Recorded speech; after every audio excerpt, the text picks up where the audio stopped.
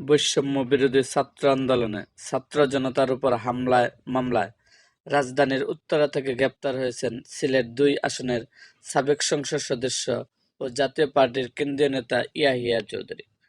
সোমবার দিবাগত রাত ১টায় এক ক্ষুদ্র বার্তায় গণমাধ্যমকে ইয়াহিয়া চৌধুরীকে গ্রেপ্তার বিষয়টি নিশ্চিত করেছে র্যাব।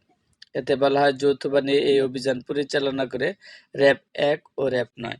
উল্লেখ্য, ইয়াহিয়া চৌধুরী ২০১৪ সালে ১০ম জাতীয় সংসদ নির্বাচনে জাতীয় পার্টির প্রার্থী হিসাবে সিলেট ২ আসন থেকে সংসদ সদস্য নির্বাচিত হয়ে পরিবেশ ও বন মন্ত্রণালয় সম্পর্কিত সংসদীয় স্থায়ী কমিটির সদস্য হিসেবে দায়িত্ব পালন করেন। এছাড়া ২০১৮ সালে একাদশ জাতীয় সংসদ নির্বাচনে গণফোরামের প্রার্থী মোকাব্বির খানের কাছে পরাজিত হন তিনি। ইয়াহিয়া চৌধুরী গত সংসদের বিরোধী দলীয় নেত্রী রওশন এরশাদের ঘনিষ্ঠজন হিসাবে পরিচিত ছিলেন। এরকম আরও ভিডিও পেতে এবং রাজনৈতিক অঙ্গনের নানা ঘটনা ও ইতিহাস জানতে আমাদের মুক্তাগাছার ইতিহাস মিডিয়া ইউটিউব চ্যানেলটিকে সাবস্ক্রাইব করুন এবং পাশে থাকা বেল আইকনটি বাজিয়ে দিন।